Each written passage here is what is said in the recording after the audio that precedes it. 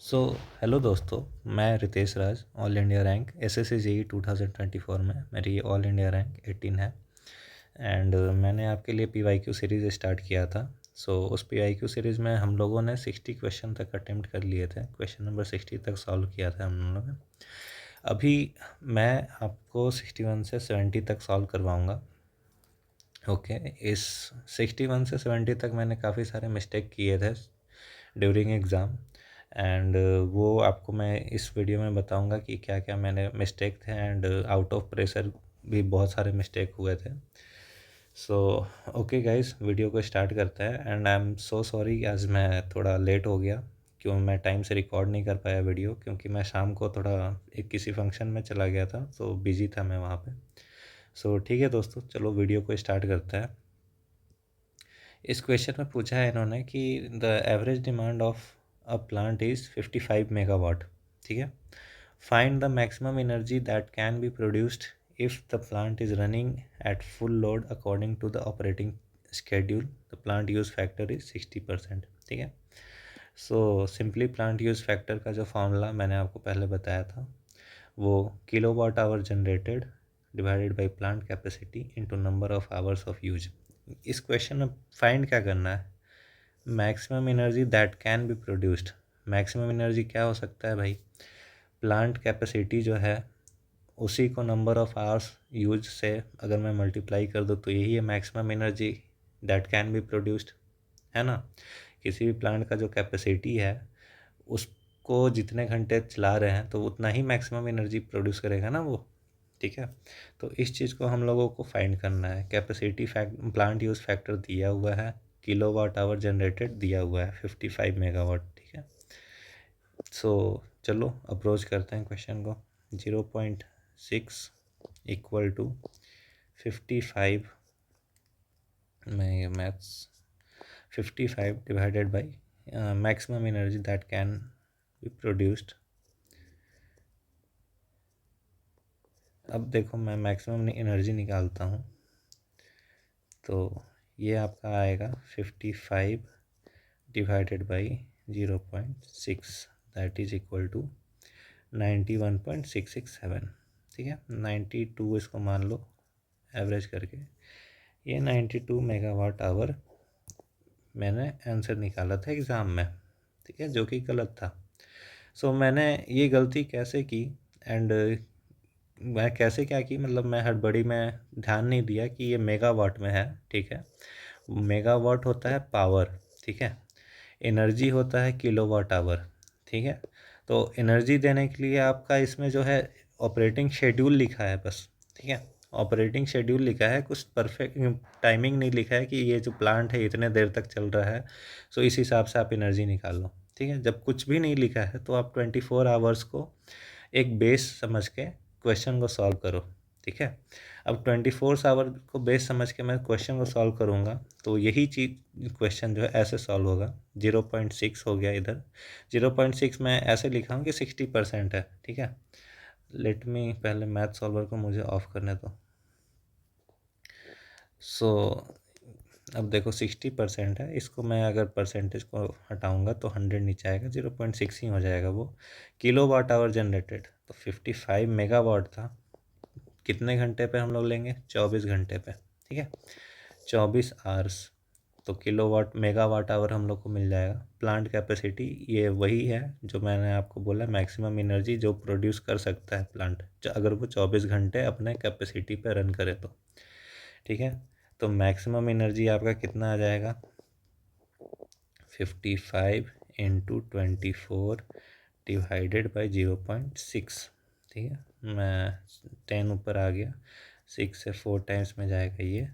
55 into 4 हो गया आपका 220 और इंटू 10 हो गया आपका 2200। ठीक है, सो ये होगा आंसर।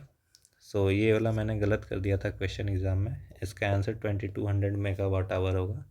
एंड गलत करने का रीज़न भी था कि क्वेश्चन खुद में इनकम्प्लीट था। आप देख सकते हो कि यहाँ पे कोई भी कहीं भी आपका टाइमिंग नहीं दिया हुआ कि कितने घंटे तक यूज करना है। एंड मैं भी थोड़ा बेवकूफ़ी किया था कि 55 मेगावाट है, मैं इसको एनर्जी कैसे एज्यूम कर ले रहा हूँ। पावर दिया हुआ है तो मैं इसको एनर्जी कैसे एज्यूम कर लिया। ठीक है, सो आगे बढ़ते हैं कुछ दोस्तों। As per the principle of estimation and costing, if the quantity of material required for the work is not ready, the minimum order quantity required shall be requested in the, ठीक है। इसमें दिया है टेंडर इंक्वायरी, ठीक है, ये गलत option है, इसका होता है परचेज ऑर्डर, ठीक है। Purchase order is right answer. So actually ये एसएससी करते क्या है ना कि 2 बार आंसर की रिलीज़ करते हैं। जो पहला वाला आंसर की रहता है उसमें बहुत सारे ऑप्शन गलत दे देते हैं, फिर फाइनल आंसर की रिलीज़ करते हैं। तो फाइनल आंसर की में यही था आंसर, ठीक है। यहाँ पे ये मैं मेरे पास जो है वो मतलब पहला वाला आंसर की है, फाइनल वाला मेरे पास नहीं है। फाइनल वाला मैंने डाउनलोड नहीं किया था इसलिए मेरे पास वो नहीं है। सो चलो मैं यहाँ पे एक्सप्लेनेशन भी दिया हूँ पूरे और सारे ऑप्शन का। तो परचेज ऑर्डर क्या होता है कि अगर आप कहीं पे कुछ सामान ऑर्डर की हो, ठीक है, this is a document send from buyer to supplier. Buyer कौन, आप, सप्लायर कौन, जिससे आप सामान खरीद रहे हो, ठीक है। अगर वो आपको बोलता है कि जैसे रफ़ाल, भारत सरकार ने रफ़ाल ऑर्डर किया, ठीक है, तो मानकर चलो 20 रफ़ाल इन्होंने ऑर्डर किया। मुझे एग्जैक्ट क्वांटिटी मुझे नहीं मालूम है कि कितना किया था। अब होता क्या है कि 20 का 20 तो डिलीवर करके वो फ्रांस जो है रफ़ाल, वो भारत को अगर देगी तो मे भी हो सकता है ज़्यादा टाइम लग जाए। तो फिर होता क्या है कि ये परचेज ऑर्डर में आता है। परचेज ऑर्डर में होता क्या है कि ठीक है, फ्रांस जो है पहला 2 रफ़ाल जो है वो एक साल में के अंदर में दे देगी, बाकी का जो रफ़ाल है वो धीरे धीरे करके 2-2 करके देते जाएगी, ठीक है, या एक एक करके देते जाएगी। ऐसे करके वो 20 जो रफ़ाल ऑर्डर किए थे भारत सरकार ने वो उसे पूरा करेगी, ठीक है। तो ये होता है परचेज ऑर्डर का काम। यहाँ डिफिनेशन में भी लिख देख लो कि if the required material is not ready, ठीक है, so a purchase order can specify the minimum order quantity that needs to be fulfilled, ठीक है। इमरजेंसी के केस में हम लोग मिनिमम ऑर्डर क्वांटिटी मंगवा लेते हैं। परचेज इंक्वायरी क्या है? इंक्वायरी शब्द से ही आपको समझ में आ रहा है कि आप किसी चीज़ का इंक्वायरी लोगे, ठीक है। तो इसमें हम लोग रिक्वेस्ट करते हैं कॉन्ट्रैक्टर को कि आप मुझे किसी भी प्रोडक्ट का प्राइस वगैरह या अवेलेबिलिटी है या नहीं इस बारे में मुझे बताओ, ठीक है।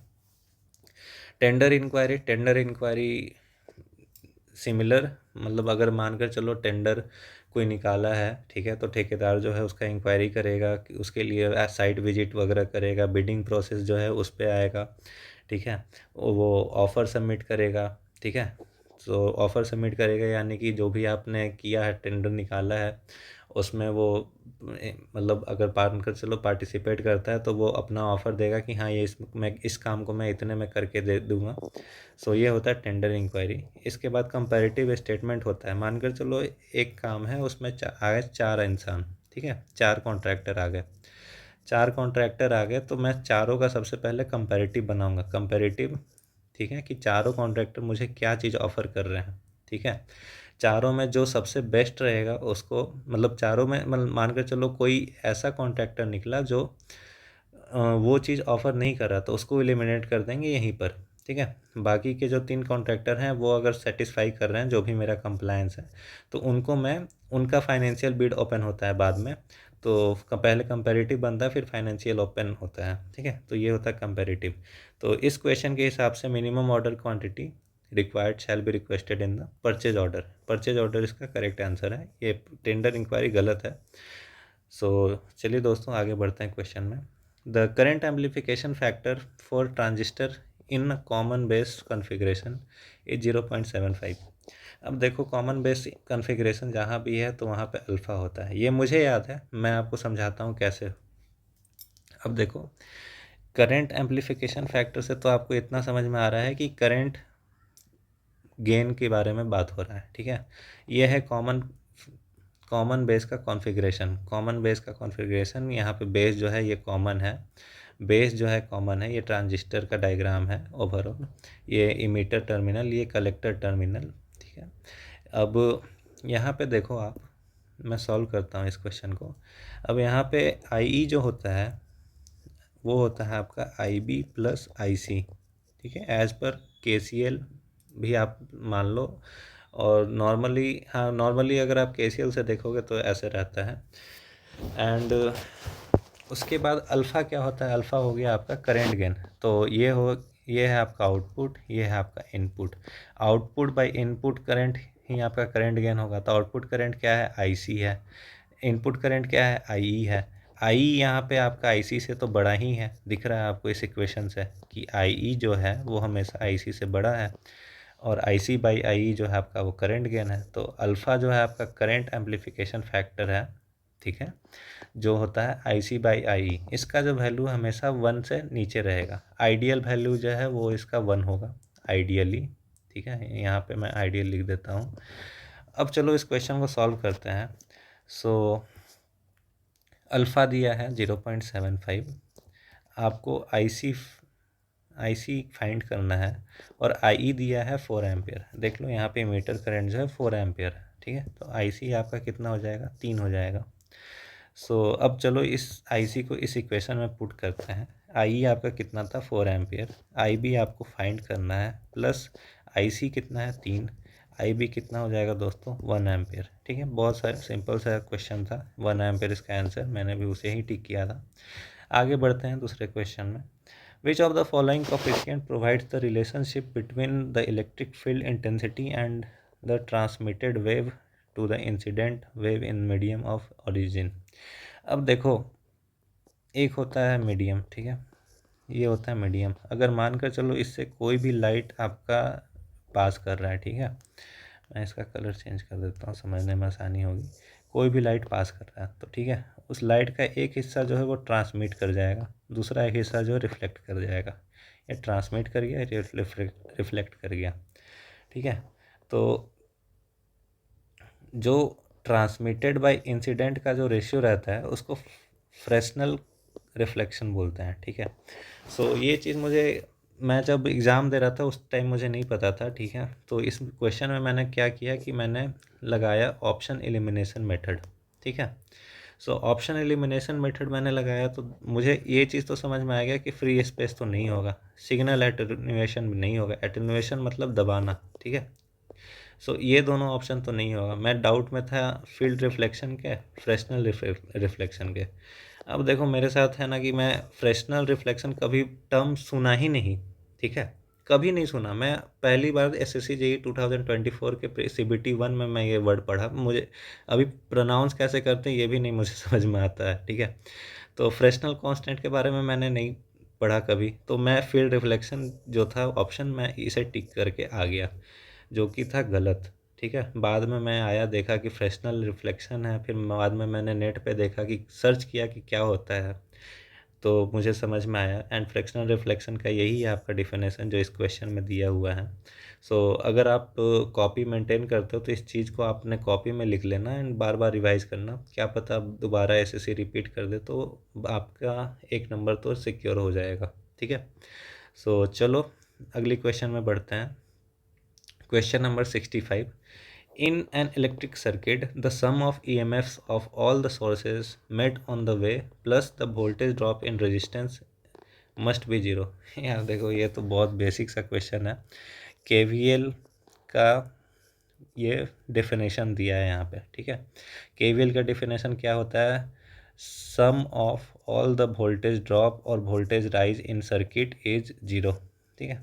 Sum of all the voltage drops in circuit is zero, ठीक है। केसीएल क्या होता है, sum of all the current at a node is zero, that is incoming current equal to outgoing current, incoming equal to outgoing, ठीक है।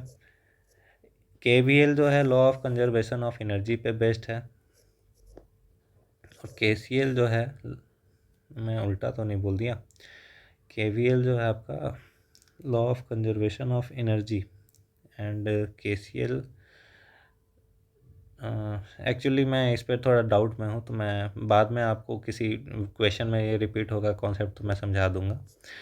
And KCL जो भी है सम ऑफ करंट है, ठीक है। यहाँ पे जो डेफिनेशन था इससे KVL Kirchhoff voltage law option रहता है, लैपलास लॉ अलग चीज़ है, ओम्स लॉ अलग चीज़ है, V equal to I R. Laplace law आप लोग पढ़ोगे ईएमएफटी में, एंड किरचॉफ करंट लॉ तो आपको पता ही है, sum of incoming current plus sum of outgoing current equal to zero, ठीक है। आगे बढ़ते हैं। अब which of the following statement are correct about armature leakage reactance of alternator. अब देखो armature leakage reactance of alternator क्या होता है। आर्मेचर लीकेज रिएक्टेंस ये है आपका अल्टरनेटर, ये है आपका अल्टरनेटर का इंटरनल जो भी रेजिस्टेंस है वाइंडिंग का, और ये है वाइंडिंग का लीकेज रिएक्टेंस। ठीक है, ये है एक अल्टरनेटर का बेसिक सा डायग्राम। ये है EF EF बोल दो, हाँ EF बोल देता हूँ इसको। ये है आपका VT प्लस माइनस, और यहाँ से मानकर चलो करंट फ्लो कर रही है। ये है R, ये है एक्सेस।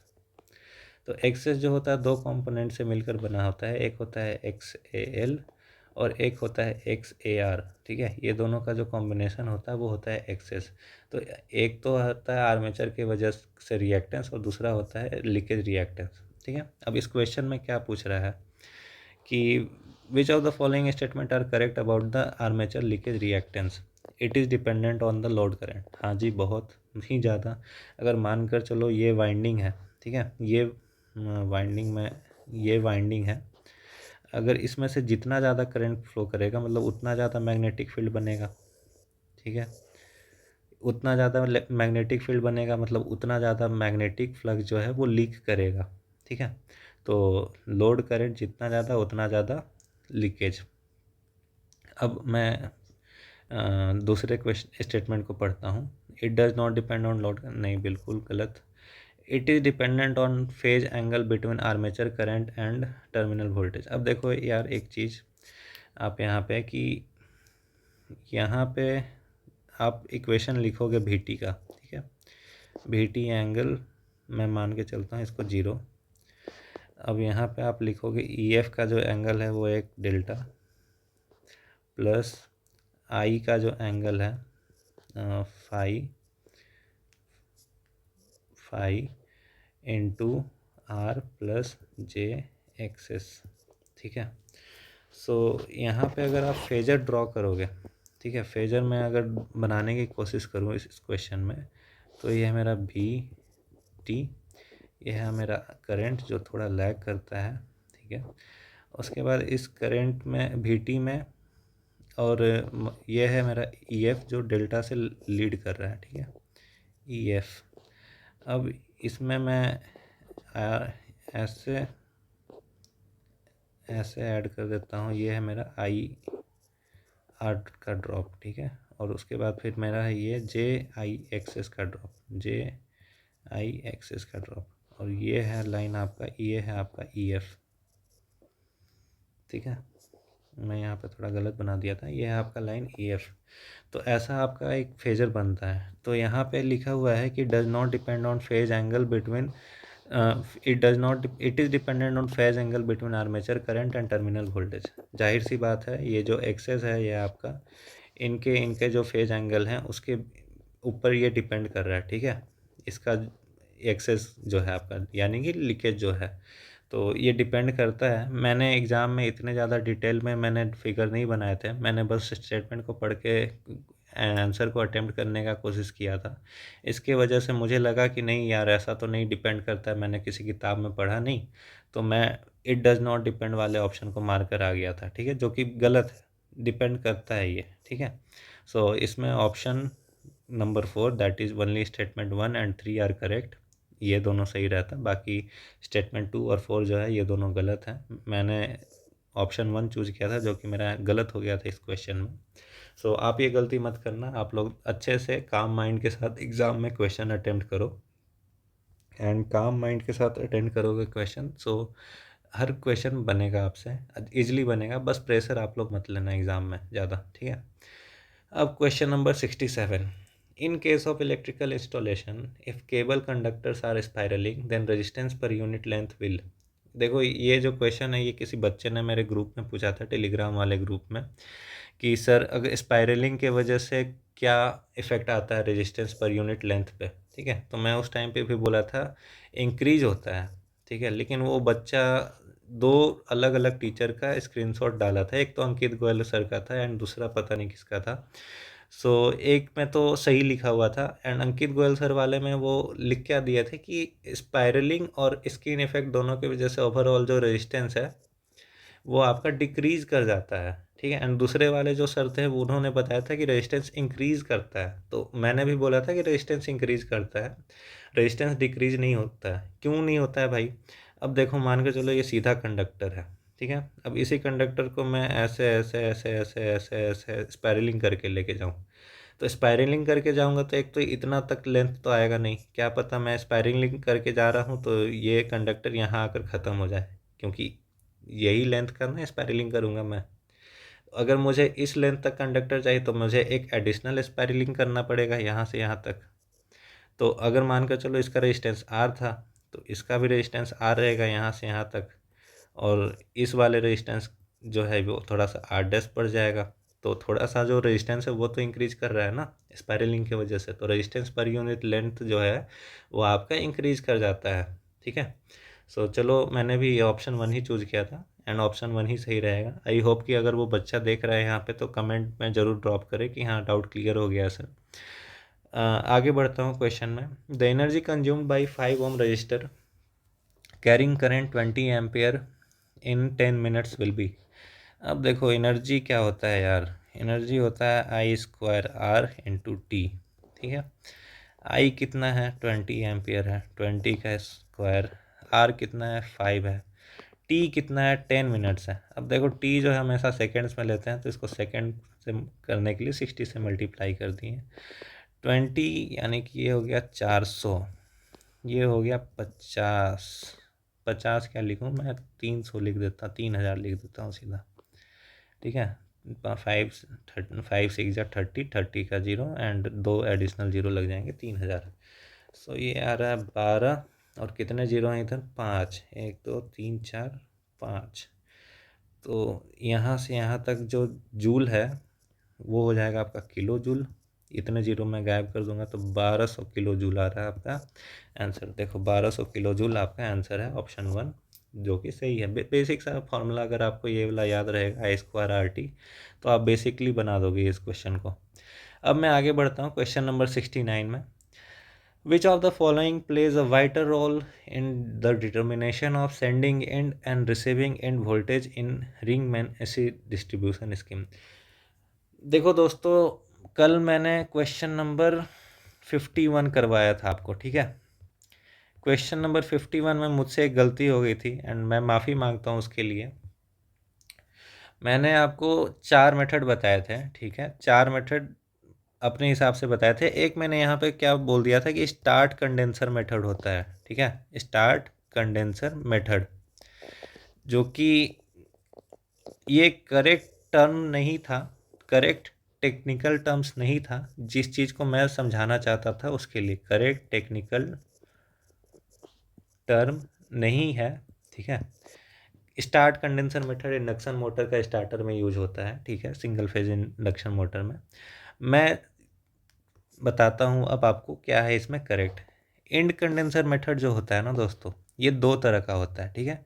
एक होता है सेंडिंग एंड और एक होता है रिसीविंग एंड, ठीक है। अब मैं समझाता हूँ क्या होता है सेंडिंग एंड और रिसीविंग एंड। मानकर चलो ये है आपका ट्रांसमिशन लाइन, ये है आपका ट्रांसमिशन लाइन, 2 ट्रांसमिशन लाइन मैंने बना दी है। ये होता है सेंडिंग एंड, इधर से मैं पावर सेंड करता हूँ, इधर मैं पावर रिसीव करता हूँ, तो ये होता है रिसीविंग, ठीक है। सिमिलरली इसका सेंड हो गया ये, इसका रिसीव हो गया ये, ठीक है।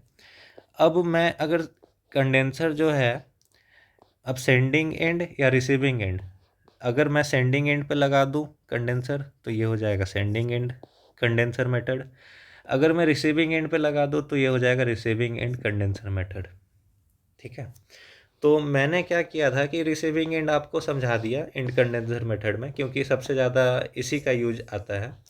And sending end condenser method का यूज ज़्यादा नहीं होता, तो मैं कन्फ्यूजन क्या मतलब, मैं मेरे पास करेक्ट टेक्निकल वर्ड नहीं मिल रहा था, तो इसलिए मैंने इसको बोल दिया था स्टार्ट कंडेंसर मेथड, क्योंकि ये स्टार्टिंग में लगा रहता है और ये एंड में लगा रहता है, ठीक है, कंडेंसर मेथड जो भी है स्पेलिंग। सो इसके लिए मैं बहुत तहे दिल से माफ़ी मांगना चाहता हूँ कि ये थोड़ा सा मुझसे गड़बड़ हो गया था यहाँ पे आपको समझाने में। बाकी nominal pi and nominal T method जो मैंने समझाया था वो बहुत बिल्कुल ही सही है। सो चलो अभी वाले क्वेश्चन में आते हैं। अभी हम लोग क्वेश्चन नंबर 69 में थे, ठीक है। Which of the following plays a vital role in determination of sending end and receiving end voltage in ring main AC distribution scheme. अब देखो, ring main AC distribution scheme है।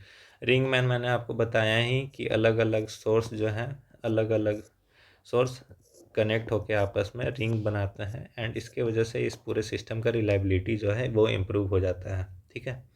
सो ये पावर फैक्टर इसका answer होता है, ये मुझे नहीं मालूम था, ये मैंने ऑप्शन एलिमिनेशन से टिक किया था, ठीक है। तो मैंने इस क्वेश्चन में देखा कि वाइटल रोल डिटरमाइन कर रहा है sending end receiving end voltage ring man distribution system में। तो वोल्टेज जो है आपका एडी करंट लॉस और हिस्ट्रेसिस लॉस से तो बिल्कुल ही लिंक नहीं रहेगा, तो ये मैंने एलिमिनेट किया ये दोनों ऑप्शन को। And break down voltage of distribution transformer oil, इससे आपका सेंडिंग एंड वोल्टेज और रिसीविंग एंड वोल्टेज पे क्या फ़र्क पड़ेगा? बिल्कुल ही नहीं पड़ना चाहिए। तो पावर फैक्टर जो है वो मुझे एक ऑप्शन लग रहा था, तो मैंने इसको चूज़ किया, ठीक है। अब मैं बताता हूँ कि पावर फैक्टर क्यों होगा। अब देखो, पावर फैक्टर क्या फॉर्मूला क्या होता है, P equal to V I cos phi. Cos phi क्या है? आपका पावर फैक्टर है। अब देखो, कॉस फाई, अब अगर आप मानकर चलो करंट निकालते हो, करंट है तो P by V cos phi.